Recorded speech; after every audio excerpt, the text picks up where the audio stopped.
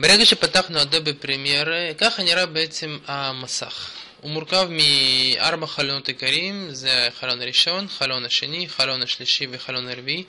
כמובן שאפשר לעבור בין החלונות. זה בעצם 4 חלונות העיקריים שיש באדובי פרמייר פרו. את החלונות אפשר לשנות להם גדלים, אפשר להוציא אותם מתוך המקום, הם כביכול נעולים בפנים. ניתן להוציא אותם ולשחק עם כל הדברים.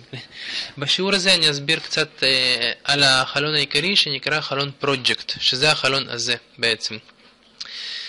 נורא חשוב להזכיר שבעצם הדבר הכי חשוב באדובי פרמייר זה בעצם התפריט העיקרי, שזה בעצם התפריט הזה, שבו אנחנו יכולים לבצע את כל הדברים ואת כל הפקודות, כמעט את כל הדברים ואת כל הפקודות שקיימות בתוכנה הזאת.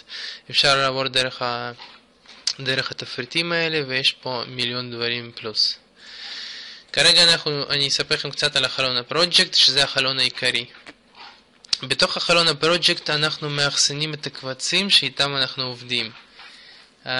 אם זה קבצי מוזיקה, אם זה קבצי וידאו, אם זה הסיקוונסים עצמם. סיקוונס זה בעצם הפרויקטים שאנחנו שומרים אותם. למשל, ברגע שפתחנו את הפרויקט הרבה, הוא ישר בנה לנו סיקוונס ראשון. אם אני אלחץ עליו פעמיים, לחצתי עליו פעמיים, הוא פתח לי פה על שולחן עבודה את הסיקוונס שבו אני עובד איתו. אוקיי? זה הסיקוונס, ככה הוא נראה. זה הסימון של הסיקוונס, פסים כאלה, ככה נראה הסימון של הסיקוונס. עכשיו השלב הבא זה בעצם סוג של לייבא קבצים שאיתם אני אעבוד על פרויקט מסוים, ואותם אני מאחסן בחלון הפרויקט. אני לא יכול ישירות לייבא קבצים לטיימליין, שזה הטיימליין, שולחן עבודה. אני קודם כל צריך לייבא אותם לחלון הפרויקט, ומחלון הפרויקט אני מושך אותם לשולחן העבודה. אפשר לעשות את זה בשני דרכים, לייבא את הקבצים. כל קובץ שהוא, לא משנה אם זה קובץ, אם זה תמונה, אם זה וידאו, אם זה סאונד, אם זה, לא יודע, תזינבי, לא משנה מה. ברגע שאנחנו רוצים לעבוד איתו, הוא חייב להיות קודם כל בחלון הפרויקט. אז הדרך הראשונה לייבא את זה, זה פשוט קליק ימין על המאוס בתוך החלון הפרויקט. שימו לב, אם אני שם את המאוס פה ואני עושה קליק ימין, נפתח לי מניו שונה לגמרי. אם אני לוחץ קליק ימין פה,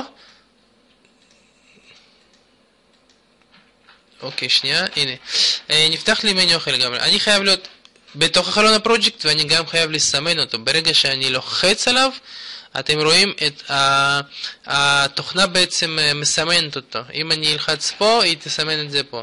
אני קודם כל חייב לסמן את החלון הפרויקט, ורק אז בתוכו ללחוץ קליק ימין על העכבר. הוא יפתח לי מניו כזה. אני רוצה לייבא קבצים לפה, אני אלחץ אימפורט, והוא בעצם ישלח אותי למחשב ויגיד לי איפה הקבצים שלך נמצאים. בוא תגיד לי. הקבצים שלי נמצאים בתוך תיקייה, איפה שמתי את זה? הנה, בתוך תיקייה הזאת. הנה, הורדתי סרט קצר של צלמת ובימאית, הרב הגל, אני מקווה שלא תכעס עליי. וזה בעצם, הוא הביא לי קובץ של סרט. עכשיו שימו לב, נורא חשוב לשים לב לסימונים של הקבצים. אם תסתכלו על הסימונית הזאת, יש פה, הוא מחולק לשתי חלקים. חלק ראשון זה סרט וידאו, חלק שני סוג של גלי קול. זה אומר פשוט מאוד שבעצם דבר הזה זה קטע וידאו שמצורף אליה גם סאונד. נורא פשוט. ורק אז ברגע שיש לי את הקובץ הזה, אני יכול למשוך אותו לטיימליין ולשים אותו איפה שנוח לי. בכל צורה שהיא. אוקיי?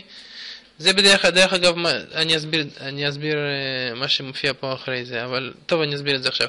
בגדול זה כמו שאמרתי, הפרויקט שאני פתחתי זה היה HD 720p, אוקיי?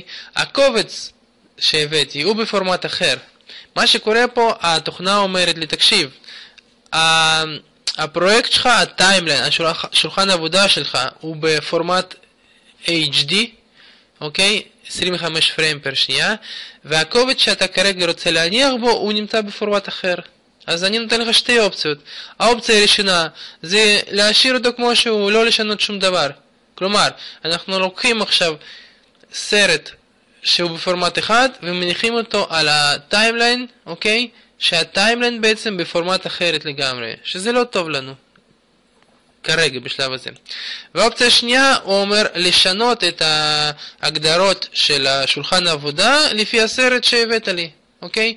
ומה שאני בוחר, אני אומר לו לשנות. שימו לב, לא להוריד פה את ה-V, כי ה-V הזה בעצם אומרת לנו שכל פעם שאני יביא לי פה סרטון בפורמט אחר, הוא ישאל אותי שאלה הזאת. אז מה שאני כרגע עושה, אני אומר לו, תקשיב, תתאים לי את השולחן העבודה לפורמט של הוידאו שאני רוצה לעבוד איתו, אוקיי? ומה שהוא עשה, הוא כרגע שינה לי את הפורמט של השולחן העבודה. וזה הדרך הראשונה, בעצם לייבא קבצים לתוך התיקייה של הפרויקט. ועכשיו אני אראה לכם את הדרך השנייה, אני אמחק את הקובץ. ברגע שאני מוחק את הקובץ, והקובץ הזה משתמשים בו, כלומר הוא כרגע נמצא על טיימליין, המחשב יגיד לי את זה. אתה בטוח שאתה רוצה למחוק אותו כי אתה משתמש בקובץ הזה? אני אומר לו כן. אם לעומת זאת, אם מונח לי פה קובץ ואני לא משתמש בו כרגע, הוא לא ישאל אותי שום דבר, הוא פשוט ימחוק אותו וזהו. עכשיו נורא חשוב, שנייה, אני אראה את הדרך השנייה. הדרך השנייה זה פשוט לייבא בצורה ישירה. אני בצורה ישירה לייבא משולחן העבודה, פשוט למשוך ולגרור. אני מקטין קצת את החלון של הזה, או שנגיד אני עובד עם שני מסכים, אז אני מעביר את זה בינתיים למסך השני.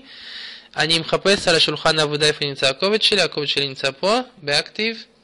הנה הוא פתח לי את זה. וזה בעצם הקובץ, אוקיי? שאני רוצה לעבוד איתו. אז מה שאני עושה, אני פשוט גורר אותו לתוך החלון פרויקט. ונורא, מה קרה? קרה נס. הוא שם לי אותו פה. עכשיו, זה בדיוק מה שהסברתי. אם עכשיו הקובץ הזה לא בשימוש, אם אני אלחץ עכשיו delete, הוא פשוט מחק אותו. בלי לשאול שאלות. אני עושה Ctrl-Z שנייה, מחזיר אותו חזרה. נורא חשוב להבין שבהבדיל מתוכנה כמו אייביט, בפרמייר הוא עובד דרך הלינק. זה אומר שכרגע מה שהוא עשה, הוא לא לקח קובץ, הכפיל אותו ובנה לעצמו קבצים חדשים. הוא כרגע בנה סוג של גשר כזה. כלומר, ברגע שאני עובד עם הקובץ, אוקיי, התוכנה לא משנה אותו. היא עובדת עם הקובץ המקור. היא לא בונה קבצים חדשים. זאת הכוונה. כלומר, הפרמייר עובד דרך הלינק.